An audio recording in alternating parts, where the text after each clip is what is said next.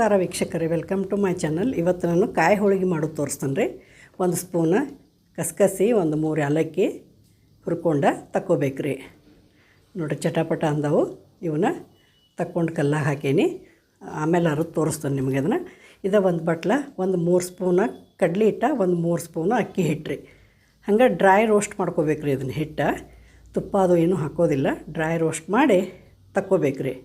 ಒಂದು ಬೌಲೊಳಗೆ ತಕ್ಕೊಂಡೀನಿ. ಅದೇ ಕಡಾಯಿ ಒಳಗೆ ಒಂದು ಅರ್ಧ ಕಪ್ ನೀರು ಹಾಕಿ 1/4 ಕಿಲೋ ಬೆಲ್ಲ ಐತ್ರಿ. ಇದು ಒಂದು ಪೂರ ತೆಂಗಿನಕಾಯ್ದು ಹೋಳಿಗೆ ಮಾಡಿ ತೋರ್ಸಾಕತ್ತೀನಿ. ಒಂದು ತೆಂಗಿನಕಾಯಿಗೆ 1/4 ಕಿಲೋ ಬೆಲ್ಲ ಬೇಕಾಗ್ತೈತಿ.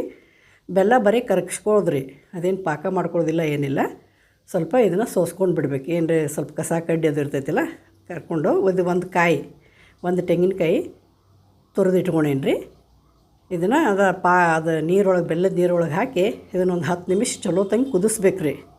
ನೋಡಿರಿ, ಈ ಥರ ಗಟ್ಟಿ ಆಕೈತಿ. ಗಟ್ಟಿ ಆದಮೇಲೆ ಹುರ್ಕೊಂಡಿಟ್ಟಂಥ ಅಕ್ಕಿ ಹಿಟ್ಟ, ಕಡ್ಲೆ ಹಿಟ್ಟ ಇದ್ರಾಗ ಮಿಕ್ಸ್ ಮಾಡ್ಕೋಬೇಕು ರೀ. ಅಕ್ಕಿ ಹಿಟ್ಟ, ಕಡ್ಲೆ ಹಿಟ್ಟ ಹಾಕೋದ್ರಿಂದ ಸ್ಟಫಿಂಗ್ ಭಾಳ ಚಲೋ ಆಗ್ತೈತೆ ರೀ. ಜಿಗಿ ಬರ್ತೈತಿ ಹೂರಣ, ಮತ್ತು ಟೇಸ್ಟ್ ಭಾಳ ಚಲೋ ಆಗ್ತಾವೆ ರೀ. ಇವನ್ನ ಒಂದು 15 ದಿನದಗಟ್ಟಲೆ ಇಟ್ಕೊಂಡು ತಿಂದ್ರೂ ಭಾರಿ ಚಲೋ ಇರ್ತಾವೆ ರೀ ಇವ ಕಾಯಿ ಹೋಳಿಗೆ. ಮತ್ತು 1 ಸ್ಪೂನ್ ತುಪ್ಪ ಹಾಕೇನಿ ರೀ. 1 ಸ್ಪೂನ್ ತುಪ್ಪ ಹಾಕಿ ಇದು ಹೂರಣ ರೆಡಿ ಆಗೈತೆ ರೀ. ನೋಡಿರಿ, ಈ ಥರ ಗಟ್ಟಿ ಆಗೋ ತನಕ ತಿರ್ಬ್ಯಾಡ್ಬೇಕು ರೀ ಒಲೆ ಮ್ಯಾಗ.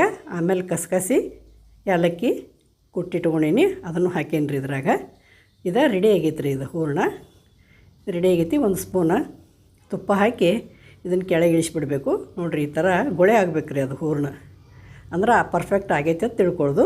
ಇವನ್ನ ರೌಂಡ್ ಉಂಡೆ ಮಾಡಿ ಇಟ್ಕೋಬೇಕು ರೀ. ಮತ್ತು ಕಣಕ ನಾದಿ ಇಟ್ಕೊಂಡೇನಿ ರೀ. ಇದು ಹೋಳಿಗೆ ಹಿಟ್ಟು ರೀ. ಹೋಳಿಗೆ ಹಿಟ್ಟು 1 ತಾಸು ಮೊದಲನ್ನು ನೆನೆಸಿಟ್ಕೊಂಡೀನಿ.